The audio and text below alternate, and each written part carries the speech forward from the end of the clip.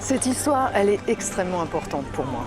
Déjà parce que ça fait 20 ans que je la porte et aussi parce qu'elle contient des thèmes qui me sont extrêmement chers depuis toujours, à savoir le respect de la nature et de tous les êtres vivants.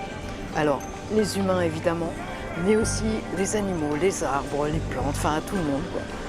Alors j'avais envie de parler de ces thèmes aux enfants et aussi à leurs parents d'ailleurs, à travers une histoire qui va les faire rêver, qui va les faire voyager et qui va aussi, je l'espère, les inciter à réfléchir à ces notions de bien-être, de respect et de liberté auxquelles ont droit tous les êtres vivants de cette planète.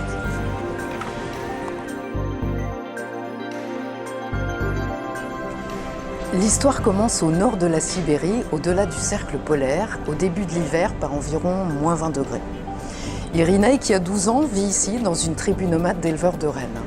C'est un jeune garçon un petit peu timide et introverti qui a été élevé par sa grand-mère Elina parce que ses parents sont morts quand il était tout petit. Il a un truc très spécial, c'est une connexion très forte avec les animaux, qu'il considère d'ailleurs carrément comme ses frères. Grâce à ses pouvoirs magiques de chaman, Irinei redonne la vie à un mammouth qui est conservé dans le sol gelé depuis 20 000 ans et qui veut reprendre sa place sur Terre. Mais John Reeves, un paléontologue américain, vient déterrer ce mammouth et l'emporte à Los Angeles dans un laboratoire scientifique de pointe pour l'étudier. Et là, John se trouve face à quelque chose de complètement incroyable. Non seulement le mammouth est une femelle qui porte un petit, mais en plus, les cœurs de la mère et du bébé battent encore. Bien sûr, John et son équipe de scientifiques ne peuvent absolument pas expliquer ça de manière rationnelle. Mais bon, les faits sont là, la femelle mammouth qu'on a baptisée Dolgan se réveille et reprend des forces. C'est un véritable miracle qui va permettre à la science de faire des progrès énormes. Sauf qu'au bout de quelques jours, ça va plus du tout, on ne sait pas pourquoi. Dolgan refuse de s'alimenter et même visiblement, elle se laisse mourir. Grosse panique au laboratoire, il y a un mammouth vivant sur Terre, il n'est pas question qu'il disparaisse.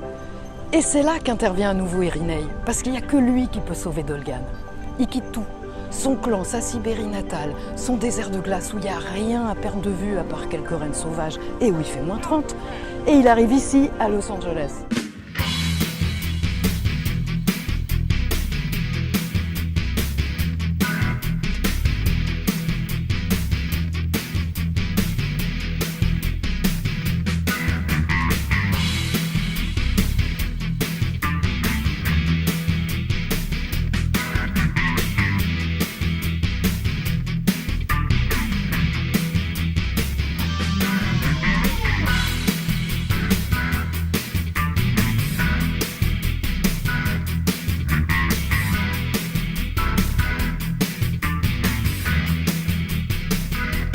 Au laboratoire, Irinei comprend tout de suite. Dolgan, elle déprime complètement parce qu'elle est revenue sur Terre pour être libre et heureuse dans la toundra sibérienne et pas pour être un animal de laboratoire enfermé toute sa vie. Alors à partir de là, il n'a plus qu'une obsession, c'est ramener Dolgan chez elle en Sibérie pour qu'elle puisse vivre heureuse et en toute liberté avec son bébé. Dans cette histoire, il y a des gens formidables et puis il y a des très méchants. Il y a un mammouth et plein d'animaux. Il y a du suspense, de l'action, de la tendresse, de l'humour, des voyages. Bref, j'espère que tout ça va vous plaire, même si vous n'êtes plus des enfants.